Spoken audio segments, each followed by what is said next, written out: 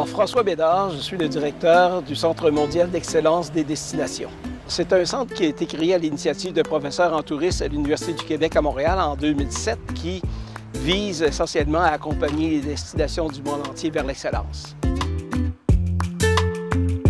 J'ai le plaisir de diriger une délégation de 8 personnes à la COP 16, donc qui se déroule à Cali. Et c'est notre deuxième COP. En 2022, la COP 15, il y avait déjà une délégation, nos partenaires de l'Abitibi-Témiscamingue qui ont participé.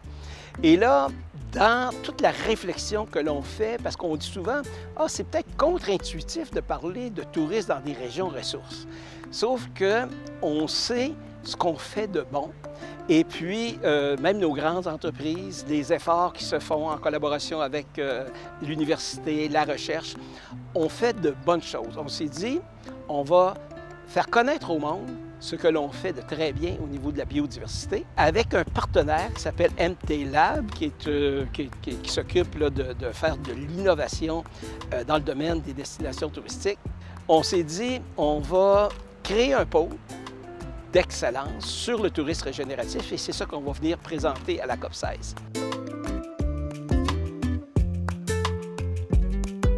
Très rapidement, on a vu qu'il fallait aller un peu plus loin pour l'Abitibi. Il fallait aller au-devant. Le tourisme en partant, c'est comme plein de paradoxes, mais il faut aller au-delà des paradoxes parce qu'évidemment, on peut toujours dire qu'il ne faut plus bouger parce que c'est pas bon pour la planète, mais si on ne bouge pas, c'est pas bon non plus pour la paix. Il faut que les peuples se rendent compte. Donc, dans tous les cas, ce paradoxe-là, il faut qu'on aille par-dessus ça.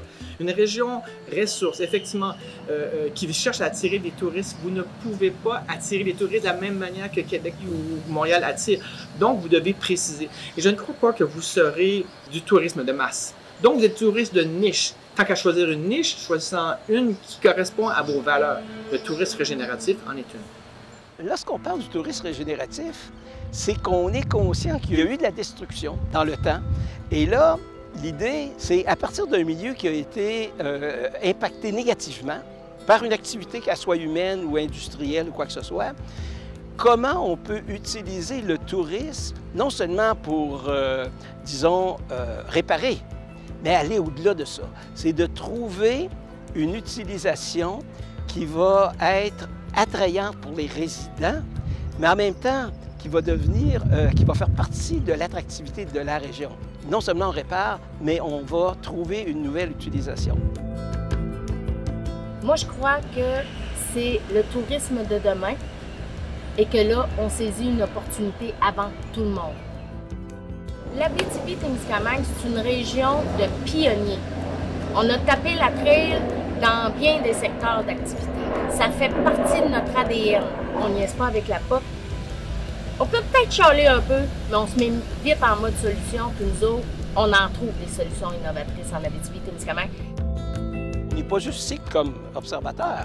On a été invités à faire 2 présentations sur le pôle. Nous étions invités par le ministère de l'Environnement, de la lutte contre les changements climatiques, faune et parcs du gouvernement du Québec.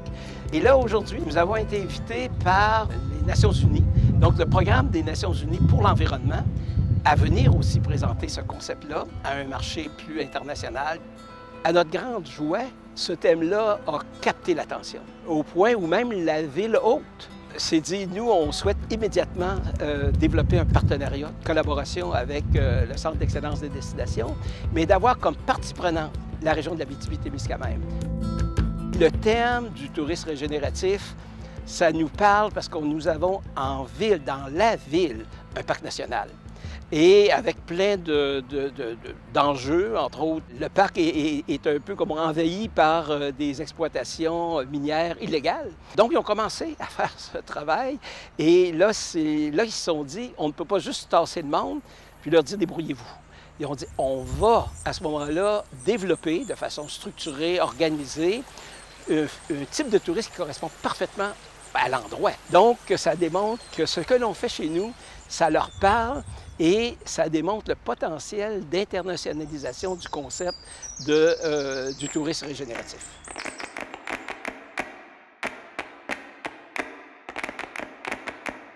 vous êtes une petite région en poids démographique, mais une grande région au niveau territorial. Et c'est vrai qu'on peut toujours se penser en disant où se trouve notre place quand les gens discutent ensemble dans une couple. Est-ce qu'on a une place? Oui, vous avez votre place parce que votre réalité résonne chez les autres. Donc, il y a une raison d'être ici. C'est en se comparant aux autres qu'on voit nos forces et nos faiblesses. Vous avez des forces, vous avez des faiblesses, on les compare. Et ici à Cali, on a pu voir que c'est une région à ressources similaires. On a vu leurs forces et leurs faiblesses. Et ce qu'on a compris, c'est qu'eux, ils peuvent apprendre de vous. Et juste ça, à mon avis, il n'y a pas d'être fier. Avec tout ce qui se fait chez nous, là, on mérite de rayonner parce qu'on est vraiment un terreau fertile pour l'innovation. Puis on veut renverser les préjugés. C'est unique ce qu'on a en Abitibi-Témiscamingue. C'est un des territoires les plus riches du monde. Je me considère privilégiée de vivre sur cette terre-là. Et ça, j'espère que tous les gens qui vivent en Abitibi-Témiscamingue sont conscients de toutes les richesses qu'il y a sur notre territoire.